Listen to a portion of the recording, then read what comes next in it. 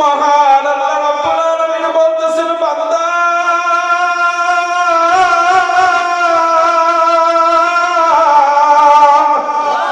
হে পৃথিবীর মুমিন ইয়া আইয়ুহাল্লাযীনা আমানু আল্লাহ কাফের মুশরিক বেঈমান ইহুদি খ্রিস্টান নাসারা কাউকে ডেকে বলে নাই, কত আদর করে ইমানদারদেরকে বলেছেন।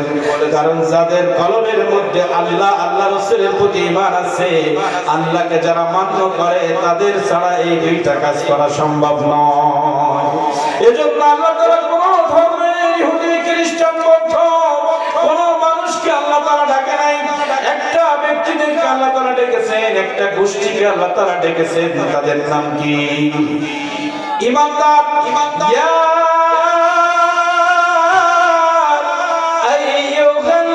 আইয়ুহাল্লাযীনা আমানু, হে ইমানদারগণ, আনিত্তাকুল্লাহ, সার্বক্ষণিক আমি আল্লাহ আমার ভয় তোমার অন্তরে লালন করো। আল্লাহ তাআলা বলেন আমার ভয় নিয়ে পৃথিবীতে থাকো। তুমি মসজিদে নামাজের জন্য ঢুকছো, তোমার কলবের মধ্যে আমি আল্লাহ আমার ভয় থাকবে, তাহলে মসজিদে ঢোকার সময় সুন্নাত আদায় করে ঢুকতে পারবা। মসজিদের সিজদার ভিতরে তোমার চোখে পানি আসবে। ইমাম সাহেব যখন কোরআন মাজিদ তেলাওয়াত করবে, ইমাম সাহেবের চোখে পানি, মুসল্লির চোখে পানি। সিজদার মধ্যে গিয়ে বান্দা তোমার কম্পন শুরু হয়ে যাবে। আমার ভয় নিয়ে যদি তুমি চাকরি করো, চাকরির মধ্যে তুমি অন্যায় করতে পারবে না বান্দা। আমার ভয় নিয়ে যদি তুমি ব্যবসা করো, ব্যবসার মধ্যে ভেজাল হবে না বান্দা। আমার ভয় নিয়ে যদি তুমি সংসার করো, মা বোনদেরকে বলছি স্বামীর সাথে খারাপ ব্যবহার আপনি আমি করতে পারবো না। আল্লাহর ভয় যদি অন্তরে থাকে, স্ত্রীকে পিটাইতে পারবো না। আল্লাহর ভয় যদি আমার অন্তরে থাকে, সন্তানকে লালন করতে বলেছেন আল্লাহ। এই সন্তানকে কোরআন মাজিদ শিখাইতে, হাদিস শিখাইতে, মাসলা মাসাইল আউলিয়া ইকরামের দরবারে নিয়ে যেতে শয়তান কখনো আমাকে বাধা সৃষ্টি করতে পারবে না। আজকে মহিলারা বেপরদায় চলছে, স্ত্রী স্বামীর কথা শুনে না, স্বামী স্ত্রীর সাথে খারাপ ব্যবহার করছে, ব্যক্তি তার ভাইয়ের সাথে সম্পর্ক রাখছে না, ব্যক্তি তার বোনের সাথে সম্পর্ক রাখছে না, ব্যক্তি ব্যবসার ভিতরে অন্যায় করছে, চাকরির ভিতরে অন্যায় করছে, শুধু একটা কারণে, ইত্তাকুল্লাহ অন্তরে না। ইত্তাকুল্লাহ অন্তরে না, আল্লাহর ভয় নাই। আল্লাহ একজন আছেন, কবরের মধ্যে আল্লাহ তাআলা আমাকে প্রশ্ন করবেন, হাসরের ময়দানে আল্লাহ তাআলা 5টি প্রশ্ন করবেন। এই ঘোষণা আল্লাহ তাআলা আমাদেরকে দিয়েছেন, বান্দা 3টা প্রশ্নের উত্তর দিয়ে কবর জগতে জান্নাতে যাইতে হবে। হাসরের ময়দানে 5টা প্রশ্নের আনসার দিয়ে তোমাকে সামনে আগাইতে হবে। এই 5টা প্রশ্নের আনসার, কবরের মধ্যে আনসার, সব কিছু নির্ভর করছে দুনিয়ার জিন্দেগির আমল। আর দুনিয়ার জিন্দেগির আমল আল্লাহ নিবে তখন, আল্লাহর ভয় থাকবে যখন। আল্লাহর ভয় যদি কলবের মধ্যে না থাকে, কোনো ইবাদত কাজে আসবে না। আপনি ব্যবসা করছেন, চাকরি করছেন, নামাজ পড়ছেন, রোজা রাখছেন, দান সদকা করছেন, কিন্তু অন্তরের মধ্যে আল্লাহ নাই, অন্তরের মধ্যে আছে শয়তানের কুমন্ত্রণা। নামাজে গেলে মানুষ নামাজ পড়বে, মানুষ নামাজই বলবে, এটা শয়তানি কুমন্ত্রণা। ব্যবসার মধ্যে ভেজাল দাও, অনেক টাকা কামাইতে পারবে, এটা শয়তানের কুমন্ত্রণা। স্ত্রীকে সুন্দর মেকআপ করে বাইরে বের করো, বলবে অমুকের বউ অনেক সুন্দর, শয়তানের কুমন্ত্রণা। সন্তানকে আপনি নামাজে ডাকলেন না, আদর করে ঘুমায় রাখলেন, এটা শয়তানের কুমন্ত্রণা। আপনি পৃথিবীতে কোনো কাজ যদি কোরআন বিরোধী, ইসলাম বিরোধী, রাসূল কারীম সাল্লাল্লাহু আলাইহি ওয়াসাল্লাম বিরোধী, সাহাবা ইকরাম বিরোধী, আউলিয়া ইকরাম বিরোধী কোন কাজ যদি আপনার দ্বারা সংগঠিত হয়, বুঝতে হবে আপনার কলবের মধ্যে আল্লাহর ভয় নাই। আপনি যদি আমার নবীজির রেখে যাওয়া ইসলাম, সাহাবাদের প্রতিষ্ঠা করা ইসলাম, রক্তের বিনিময়ে যে ইসলাম আল্লাহ রাসূল দুনিয়ায় প্রতিষ্ঠা করেছেন, সাহাবা ইকরাম যে ইসলাম দুনিয়ায় রেখে গেছেন, যে ইসলামের খেদমত আউলিয়া ইকরাম পৃথিবীতে করছেন, সেই আউলিয়া ইকরামের সওবাত, আউলিয়া ইকরাম বাদ দিয়ে, সাহাবীদের আদর্শ বাদ দিয়ে, মানুষের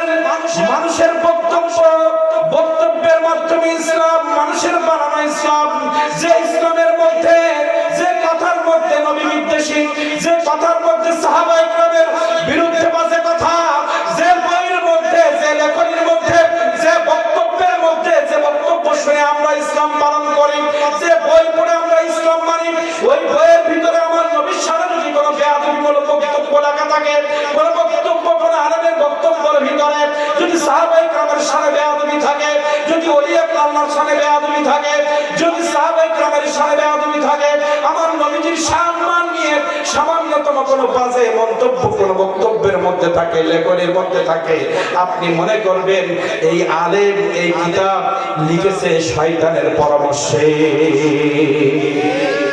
এজন্য শুধু লেবাস দেখলে দৌড়ালে হবে না, শুধু আন্দোলনের নামে ব্যবসা করলে হবে না, আগে দেখতে হবে এই বক্তব্যের মধ্যে, এই লেখনের মধ্যে, এই সংগঠনের মধ্যে আমার রাসূলের সম্মান কোথায়, আমার সাহাবায়ে কেরামের সম্মান কোথায়, আমার ওলি আল্লাহর সম্মান কোথায়। যদি কোনো বেয়াদবি থাকে বুঝবেন এদের ভিতরে শয়তান রয়েছে। এজন্য ইত্তাকুল্লাহ কেন বললাম? ইত্তাকুল্লাহ নেই বিধায় মানুষের মারণে ইসলাম আমরা পালন করছি এখন, ইত্তাকুল্লাহ নেই বিধায় ব্যবসায় ভেজাল দিচ্ছি এখন, ইত্তাকুল্লাহ নেই বিধায় চাকরির মধ্যে ভেজাল, পরিবারে ভেজাল, নিজের লেনদেন আখলাক মুআমালাত মুআশারার মধ্যে ভেজাল।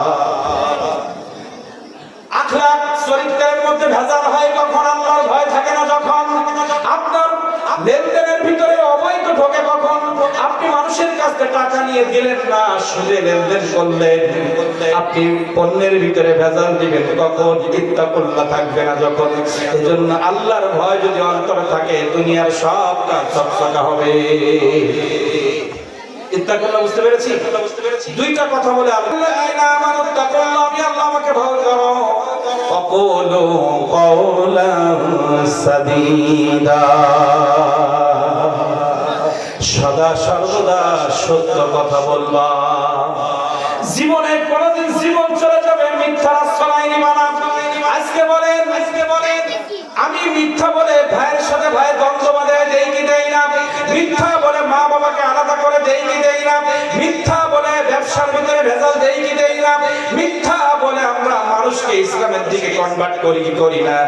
যে ইসলাম আমার নবীজি সাপোর্ট করে না, যে ইসলামের মধ্যে সাহাবীর আদর্শ নাই, যে ইসলামের মধ্যে নবীর আদর্শ নাই, যে ইসলামের মধ্যে আউলিয়া কেরামের আদর্শ নাই, যে ইসলামের মধ্যে সাহাবায়ে কেরামের আদর্শ নাই, এই ইসলাম যদি আপনি প্রচার করেন বুঝতে হবে আপনি মিথ্যাবাদী, আপনি কখনো সত্যবাদী নন। এজন্য সত্যবাদী হয়ে আমল করতে হবে। আপনি ইসলামী আন্দোলন করেন, আপনি নামাজ পড়েন, আপনি রোজা রাখেন, আপনি পিতামাতার খেদমত করেন, আপনি স্ত্রীকে লালন পালন করেন, সন্তানকে লালন পালন করেন, আপনি চাকরি করেন, আপনি ব্যবসা করেন, সব কিছু ইবাদতের মধ্যে গণ্য হবে তখন আপনার জবান পবিত্র করতে পারবেন যখন। একটা হচ্ছে ইত্তাকুল্লাহ আল্লাহর ভয়, একটা হচ্ছে ওয়াকুলু কাওলান সাদীদা। অন্য জায়গায় আল্লাহ তাআলা বলেন ইত্তাকুল্লাহ ওয়া কুনু মা'আস সাদিকিন, যারা সত্য কথা বলে তাদের পিছে পিছে ধরো। সত্য কথা কারা বলে? পৃথিবীতে আল্লাহকে ভয় করে নামাজ পড়ে যারা, যারা মিথ্যা বলে না, আল্লাহর ভয় করে ব্যবসা করে যারা, এরা ভালো মানুষ। আর পৃথিবীর জমিনে সবথেকে ভালো ছিলেন নবীগণ, সাহাবীগণ, তাবিঈনগণ, আউলিয়া কেরামগণ। তাহলে তোমার আলেম তার লেখনীর মধ্যে বক্তব্যের মধ্যে যদি আমার নবীর সম্মানে বেয়াদবি করে, সাহাবায়ে কেরামের সাথে বেয়াদবি করে, আউলিয়া কেরামের সাথে বেয়াদবি করে, বুঝবেন সে সত্যবাদী নয়। সত্য বলে তাদের সাথে ঘুরতে হবে।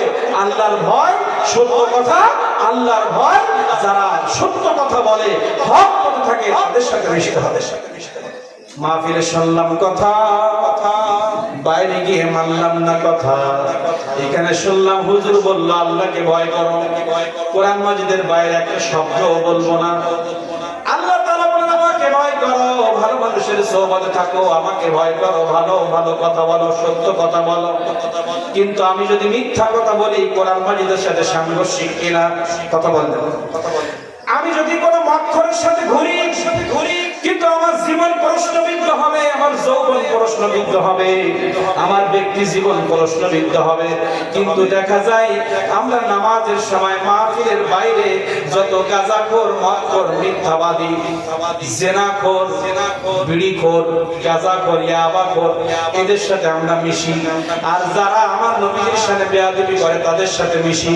এখন বলেন আল্লাহ তাআলা যেটা বললেন সেটা আমাদের সাথে মিলল? কি বলছে? ভালো মানুষের সোহবতে থাকো। তাহলে আমরা যদি ভালো মানুষের সোহবতে না আসে আমাদের আমল কবুল হবে? আমল আল্লাহর কাছে যাবে? এখন আসেন এই ইত্তাকুল্লাহ, আল্লাহর ভয় আর ভালো মানুষের সওবাত। আল্লাহর ভয়, ভালো মানুষের সওবাত, আল্লাহর ভয়, সত্য কথা বলা, এটা আপনি আমি তখনই